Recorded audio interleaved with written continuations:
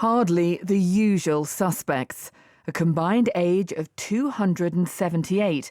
When others would be enjoying retirement, these four men were plotting a daring heist. Brian Reeder was the one the others called the Master. The oldest, he even used a free bus pass to get to Hatton Garden. The CCTV placed him at the scene disguised as a workman, and Reeder came with experience. Brian Reeder appeared in the dock handcuffed to plainclothes police officers. Decades earlier, the notorious £26 million Brinks map robbery from a warehouse at Heathrow.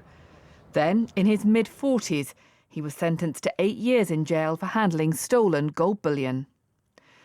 Terry Perkins celebrated his 67th birthday during the burglary. Here on CCTV, pushing a wheelie bin full of stolen jewels. A diabetic, he brought his medication in with him. He said without it, he would have been the one taken out in a bin.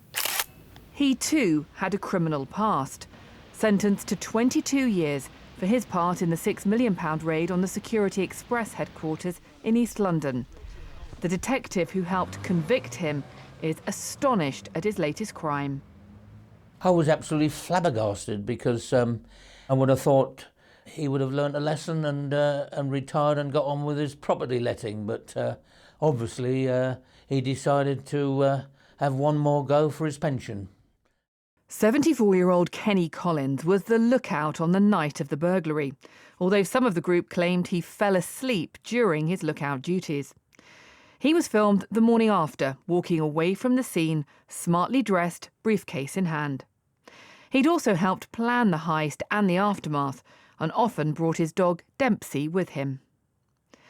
Danny Jones was described in court as the eccentric, a Walter Mitty character who liked to wear a fez and his mother's dressing gown to bed. He admitted that he'd hidden some of the stolen jewellery beneath family memorial stones at a North London cemetery.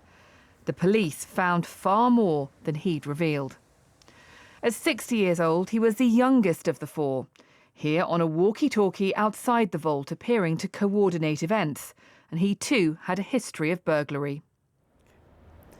The raid here at Hatton Garden over the Easter weekend was bold but flawed.